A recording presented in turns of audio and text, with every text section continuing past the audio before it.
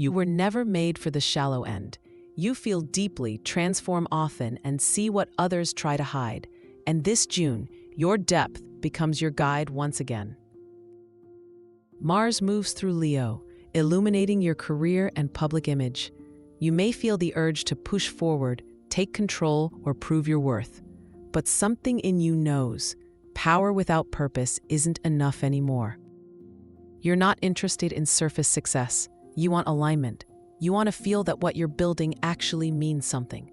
At the same time, Jupiter enters Cancer, expanding your spiritual life and your hunger for something more profound. This isn't about religion, it's about truth. Your truth.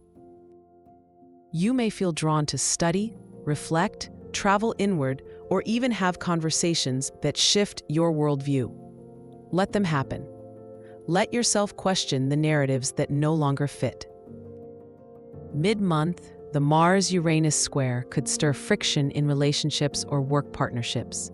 Unexpected moves from others may challenge your desire for control. But this is your chance to respond with grace. Not retreat, not react, but choose. Let what needs to break, break. You know better than anyone. Some things have to fall apart before they reveal what's real. Venus and Mercury in Cancer bring softness to your communication. Words flow easier, walls lower. You may feel safer sharing what you usually keep hidden.